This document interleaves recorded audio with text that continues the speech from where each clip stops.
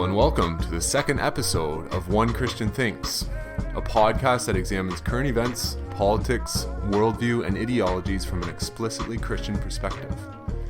I am your host, Mike Hutton. If this is your first time listening, I simply ask that you press pause and listen to the first episode, where I introduce the show, my motivations, and give some guiding principles. This week's topic: the relation of Christians to the government, particularly in the COVID-19 crisis.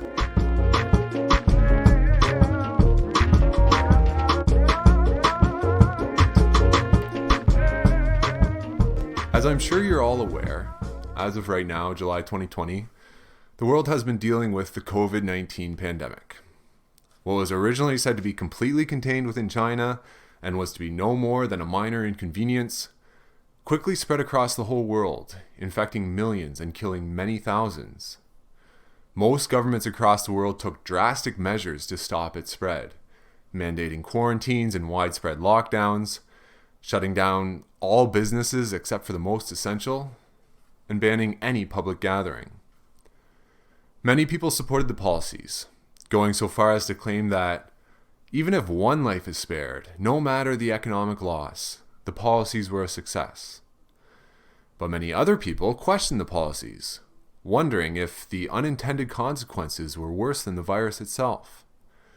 Some people even claimed that the policies infringed upon their rights and freedoms, and therefore could not be legally enforced. It also raised questions for Christians. Does the government have the authority to stop Christians from gathering for worship? Is it right for the government to force us to stay inside our houses, preventing us from meeting face to face as fellow believers? From what I saw, there were basically two responses to this. One response was, yes, the government can do this. They're not preventing us from worshiping or fellowshipping with each other. We just have to do it virtually. It's for everyone's safety. Read Romans 13. It clearly says there that we have to obey the government. The other response was something like this: whatever. The virus is kind of blown out of proportion. It's not that big of a deal. I'm not going to listen. We'll still get together. We'll just stay under the radar. Maybe we'll sit 6 feet away from each other and it's all good. The theological justification for this position? For the most part, there wasn't one. In this episode, I'm going to use the COVID-19 pandemic as a starting point to discuss the relationship of Christians to the government, specifically in light of Romans 13, but incorporating larger biblical ideals as well. In this episode, I will not do a detailed evaluation of specific public policy. Rather, I will seek to answer these questions. Must we, as Christians, obey the government in all things unless they command us to do something against God's word? Or is there another way to look at Romans 13? In order to give credit where credit is due, the sources that I use for my research are included in the episode description.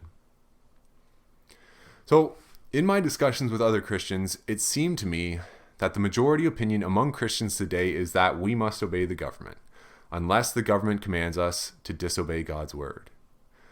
But I think what most people don't know is that this has been a rich and colorful debate in church history. We could go all the way back to the early church fathers like Irenaeus, Origen, and Augustine. These men, and many more throughout history, had their views on the Christians' response to civil government. However, I want to focus on more recent church history, particularly the Protestant Reformation, with John Calvin and John Knox. In no way will this be a comprehensive look at the issue.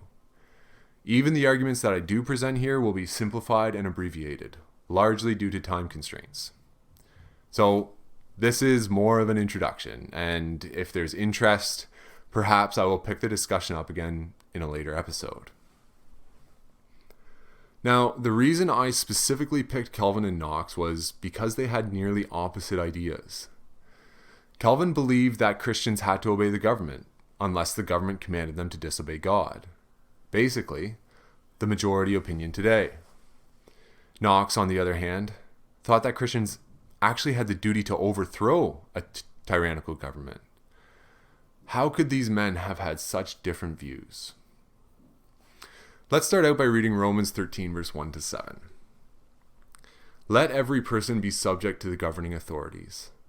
For there is no authority except from God, and those that exist have been instituted by God. Therefore, whoever resists the authorities resists what God has appointed, and those who resist will incur judgment. For rulers are not a terror to good conduct, but to bad. Would you have no fear of the one who is in authority? Then do what is good, and you will receive his approval, for he is God's servant for your good. But if you do wrong, be afraid, for he does not bear the sword in vain. For he is the servant of God, an avenger who carries out God's wrath on the wrongdoer. Therefore one must be in subjection, not only to avoid God's wrath, but also for the sake of conscience. For because of this, you also pay taxes, for the authorities are ministers of God, attending to this very thing. Pay to all what is owed to them, taxes to whom taxes are owed, revenue to whom revenue is owed, respect to whom respect is owed, honor to whom honor is owed. Now, before we get into it, we have to understand the distinction between God's two wills, as described in Deuteronomy 29, verse 29, and defined by Martin Luther. Deuteronomy 29:29 reads, "The secret things belong to the Lord our God, but the things that are revealed belong to us and to our children forever, that we may do all the words of the law." So, the first will, God's hidden will, includes all that God has ordained. Taken from an article on Ligonier.org, this will establishes every event in history, every thought and intention of every person, everything that ever happens. Notice that this necessarily contains evil. God wills evil things to happen. This does not mean he creates evil or approves of it, but rather that he then uses the evil for good. An example of God's hidden will can be seen in the story of Job, where God permits Satan to attack Job's business, family, and person. A large part of the book of Job is about Job and his friends trying to answer the question, why? Why did this happen? They didn't know the answer, because it was part of God's hidden will. But by the end of the book, we understand how God used the evil for good, developing Job's faith, and ultimately, ours as well. The second will is God's revealed will, which tells us what God finds pleasing. An example of this would be his moral law. God has ordained his moral law, which pleases him. The moral law is revealed to us through his word. It is part of God's revealed will. Now, why is this distinction between God's hidden will and God's revealed will important to the discussion of government? Let's now look at Romans 13. Verse 1. Let every person be subject to the governing authorities, for there is no authority except from God, and those that exist have been instituted by God. Later on, it mentions God has appointed the authority, he is God's servant, and they are ministers of God. Now, when the text talks about God instituting or appointing the governing authority, is this referring to God's hidden will or his revealed will? Let's consider God's revealed will first. Remember, God's revealed will is that which he has revealed to us in his word, that which pleases him. If Romans 13 is saying that it is by God's revealed will that he ordains the institution of government, then it must mean that God is pleased by the establishment of governing authorities. It does not mean that God is pleased to put individual rulers in power, because individual rulers may be good or evil, but it is the institution of civil governments, in general, that pleases him. Thus it follows that we must, in obedience to God's revealed will, establish authorities over us and submit to them. But it also follows that if those authorities use their position in a way that no longer pleases God, or if certain powerful people steal authority or take it by force, then they're operating outside the bounds which God has ordained. It is at this point that Christians have the duty, are obligated to revolt and overthrow the authorities that exist. For biblical examples of God's people rebelling against the governing authorities, we don't have to search far. The book of Judges contains several stories that show a pattern in Old Testament Israel's history. The Israelites would disobey God, God would send a heathen nation to judge them and oppress them. The Israelites would cry out to God for deliverance, and God would send a mighty man who would lead the Israelites in rebellion and defeat their oppressors. In effect, the government that was over them. Othniel, Ehud, Deborah, and Barak, all in the first 5 chapters of Judges, were people that God used to deliver Israel from the hand of oppressors. You could say that these examples were specific times of God's judgment and deliverance, and the same idea doesn't apply to us today in the same way. But, at the very least, these stories show that it is not necessarily wrong for God's people to rise up against oppressors. With these stories in mind, it would be difficult to make the argument that submitting to tyrannical government is part of, say, God's moral law. Now let's look at God's hidden will. If it is by God's hidden will that he institutes governments, then it must mean that he gives individual people power, which they use to establish their government. These people may be good or evil, and thus may please or displease God, but that is all part of God's hidden will. If this is the case, then while God has given the individual person the power necessary to rule, he has not given the authority. The person may be evil, in which case their rule is unjust, and they do not receive authority from God to rule in the way that they do. Since God has given the individual ruler power, we must not seek to rebel against them. But since they do not have legitimate authority from God, we can disobey their commands. A biblical example of this idea is in the story of Nebuchadnezzar. In Daniel 2, we learn that God gave Nebuchadnezzar massive amounts of power. He essentially had the power to rule over everything. But Nebuchadnezzar used the power given to him for evil by oppressing the people of Judah. Yes, the oppression of Judah was because God had cursed them for disobeying him. But that doesn't mean Nebuchadnezzar's actions pleased God. Indeed, they were evil, and God punished him for doing what he did, as we see in Habakkuk 2 and Jeremiah 50.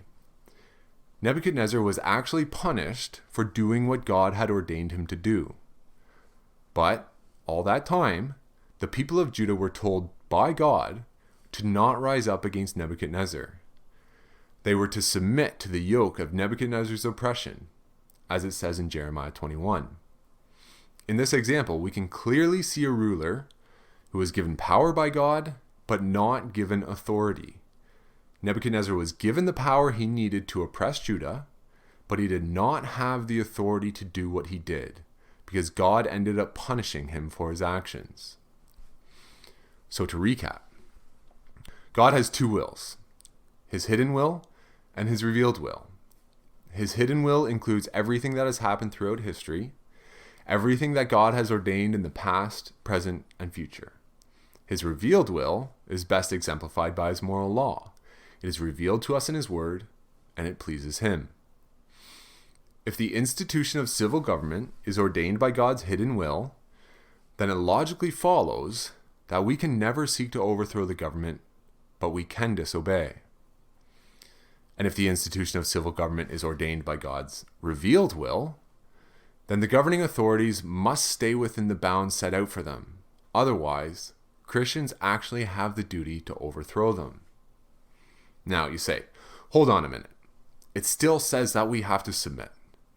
Even with all this talk of God's 2 wills, we still have to submit. If we have to submit, we have to obey. Theologians have had several different ways to interpret the word submit, again, depending on God's will. Again, I'm not going to do a comprehensive study on these. I'm just going to very briefly outline 2 of the ways that they explain that. If Romans 13 refers to God's hidden will, then we can disobey the government, but we can't overthrow it. In that case, the word submit means exactly that we are to keep ourselves under the government of the day, keep ourselves subordinate to it, and not seek to overthrow it.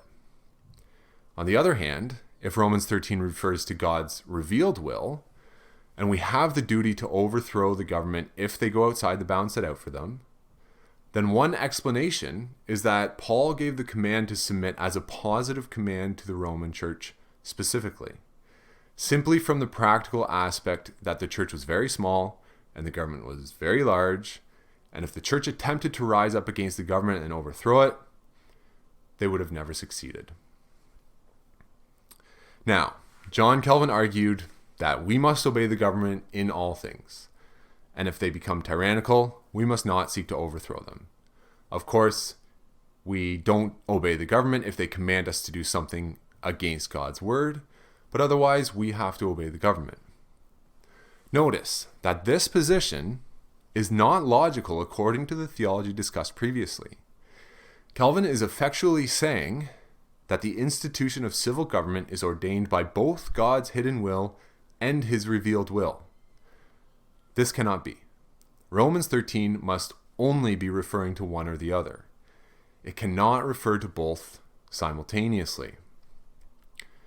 Opposed to Calvin, John Knox believed that the institution of civil government is ordained by God's revealed will.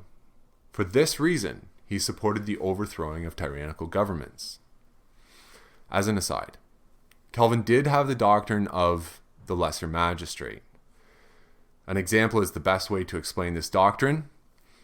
So, in a monarchy where a king rules over his country, the king would have nobles under him. And if the king turns tyrannical, the nobles would have the duty to stop him. But this is very different than a Christian civilian uprising. The practical side of this discussion became readily apparent several years after Calvin died with the St. Bartholomew's Day massacre. On August 24th, 1572, King Charles IX, the King of France, ordered the killing of Huguenot leaders. The Huguenots were French Protestants, holding to Calvin's teachings. Over the 3 weeks that followed, many thousands of Huguenots were murdered by Catholic extremists in massacres that were even supported by the Pope. Typical Calvinistic thought did not offer any theological justification for fighting back. But according to one source I read, Calvin also assumed a few things in his theology, perhaps because at the time the church and state were often closely tied together. He assumed that, first, local communities would share the same faith, and second, the government and the church would largely be in agreement. I'm a little bit skeptical that Calvin actually assumed that, because he clearly understood that the government did not always support the Christian church. But regardless, neither of these assumptions were true for the Huguenots that were massacred. They were a minority living in predominantly Catholic communities who were actually being targeted by King Charles IX, the government of the time. Fast forward a few years from the massacre to Samuel Rutherford, who was born in the year 1600. Samuel Rutherford was a Scottish Presbyterian preacher who also served as a Scottish commissioner to the Westminster Assembly. It was this assembly that drafted the Westminster Confession of Faith, used as a confession by Presbyterian churches today. What is notable about Rutherford in this discussion is that he wrote a book called Lex Rex, or The Law and the Prince, in which he asserted that it is the citizens of a country that consent to be ruled, and it is also the citizens who have the freedom to overthrow a tyrant. This was a continuation and development of John Knox's theology. Since this denied the absolute sovereignty of the king, many of his books were burned, and Rutherford himself was charged with treason. He died before being able to answer to the charges. Fast forward from Rutherford to the American Revolution in mid to late 1700s. The religious element of the revolution was inherent to it, such that King George III of the United Kingdom called it the Presbyterian War. While there were, of course, other factors involved, the American settlers saw themselves as fighting British tyranny, since the British were taxing the American colonies without giving the Americans representatives in British Parliament. This taxation without representation was seen as tyranny, and many of the fighters justified their rebellion using the theology of Samuel Rutherford and John Knox. Okay, so let's get back to where we started. what does all of this mean for Christians living during the COVID-19 pandemic? Well, I believe it means that we have theological justification for disobeying the government, COVID-19 or not. If Romans 13 is referring to God's revealed will, an argument could be made that the government has overstepped its bounds by forbidding people to work and support themselves and their families, which, incidentally, is also a command from God. Thus, you're free to disobey.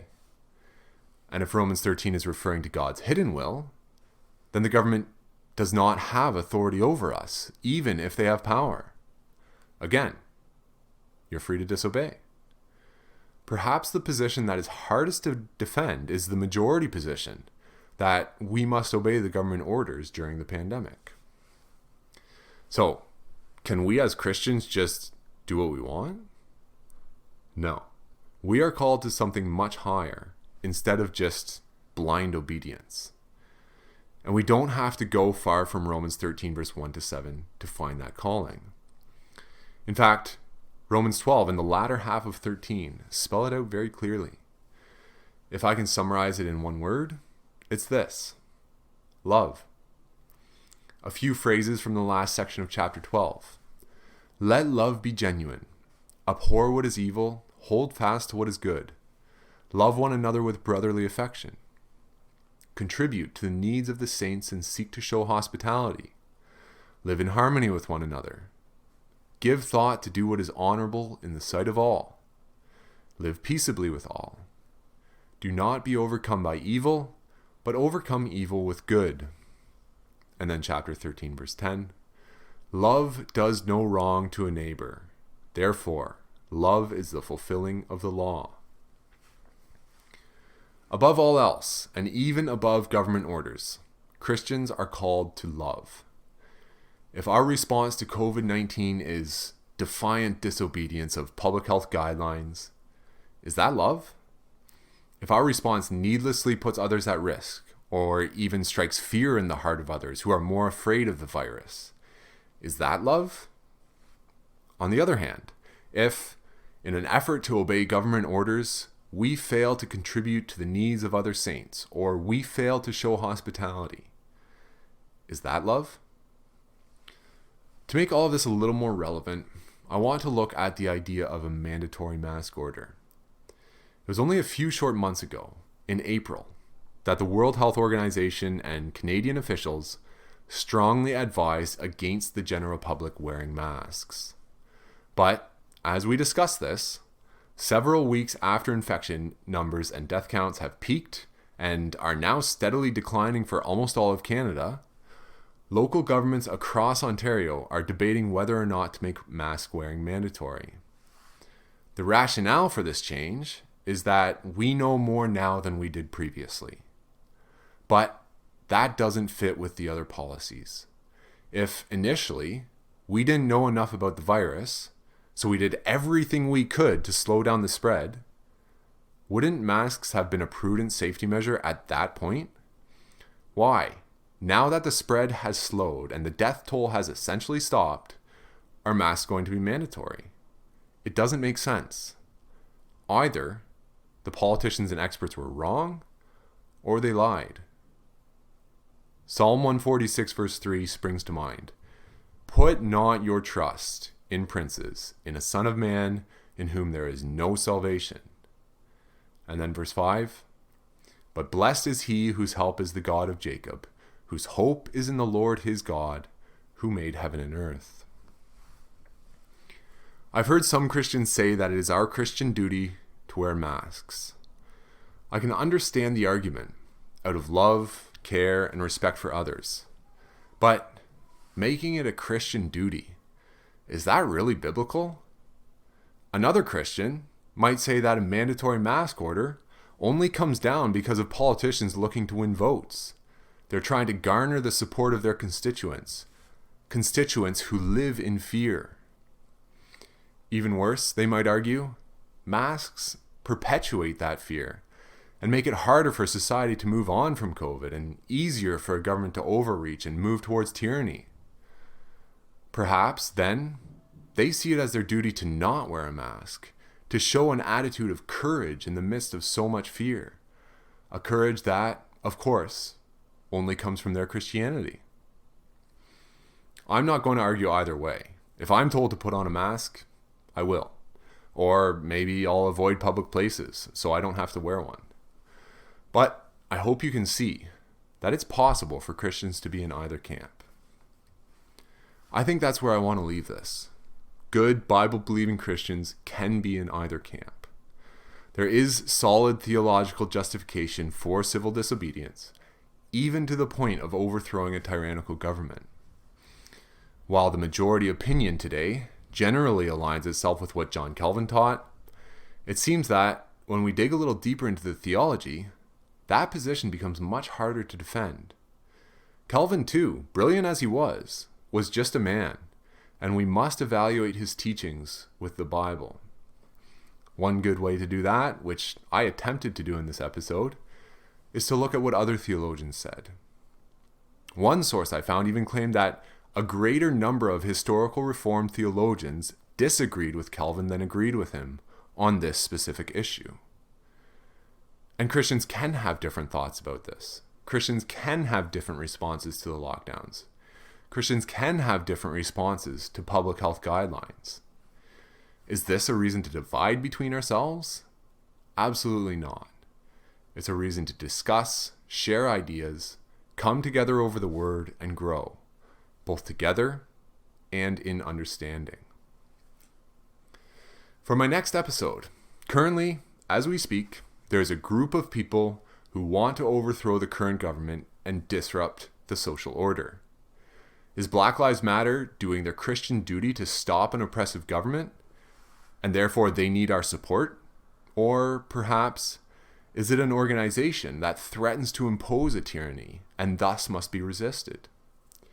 Join me in a couple weeks as I introduce racism, police brutality, and Black Lives Matter. If you appreciated this discussion and are interested in more, I ask that you share and subscribe. Share, of course, to help start the conversation. And subscribe simply, well, because I have a day job. I'm going to try release an episode every 2 weeks, but I won't make any promises. Subscribe, sign up for notifications, whatever you have to do. Also, feel free to email me whatever questions or feedback you may have. My email is oct@allmail.net. That's OCT, which stands for One Christian Thinks, at ALLMAIL.net. Until next time, keep thinking.